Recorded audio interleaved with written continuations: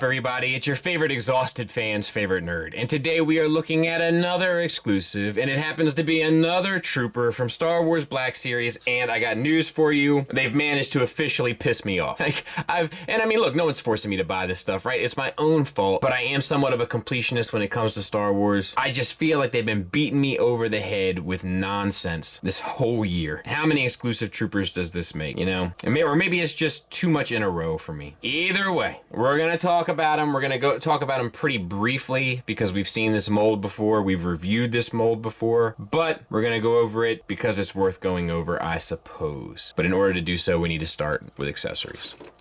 He comes with his signature Biker Scout pistol. It's black plastic and it's sculpted well. He can hold it appropriately with the 2 fingers inside of the trigger guard, which is always nice. That'll also fit in his calf holster. And he comes with his electroshocking pole.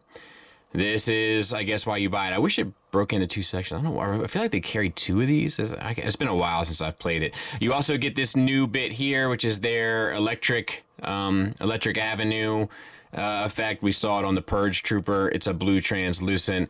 All of this is sculpted well enough. That's about the end of it. And he'll hold it just fine. And also, I should mention that this thing does collapse inside, so there's a little something for you. Added bonus.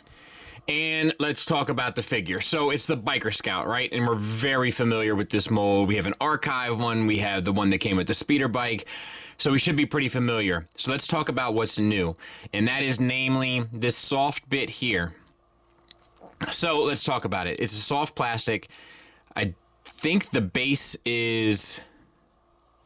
I think it's this blue-gray here. Yeah, I'm pretty sure. And then the white is painted on here. We have smudges on the gray from the plastic on the back. The black is painted on.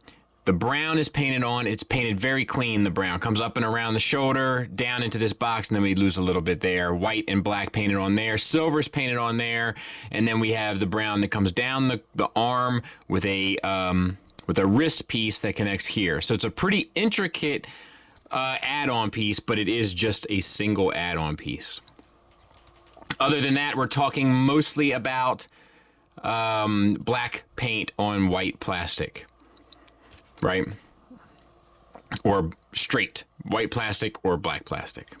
All right, so the head, we have black paint and gray paint. The head is a ball peg with a disc hinge.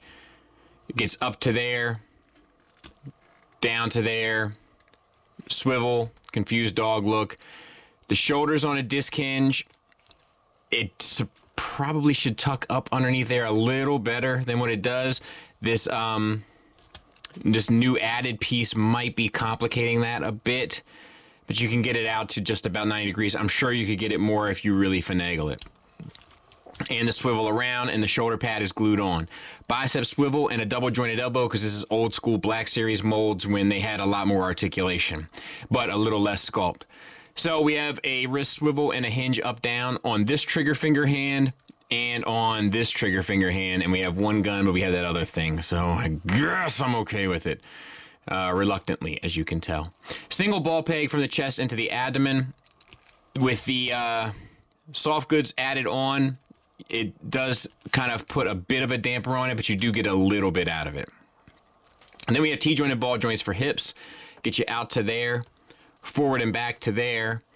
Thigh swivel, double jointed knee.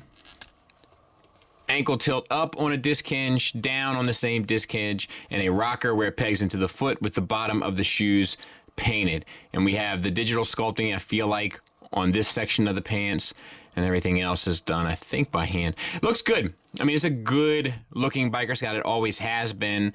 You know, it's just, you know, it's an older mold, and we've already bought it probably at least twice. So it just doesn't have the kind of the wow. We have a calf swivel as well if you're interested in that wow factor, right? And there he is in my kind of Kashyyyk trooper stage for video game stuff mostly, and then some randos, and you know.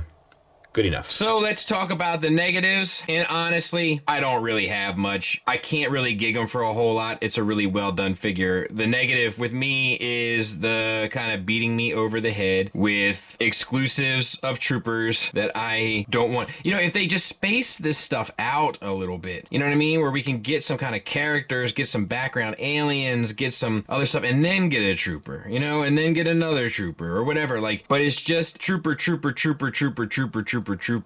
It doesn't do a whole lot for me, personally. But that's really my main issue here. My issues are more about the circumstances surrounding the figure than the figure itself. So I have to be honest about that, both with myself and with you guys.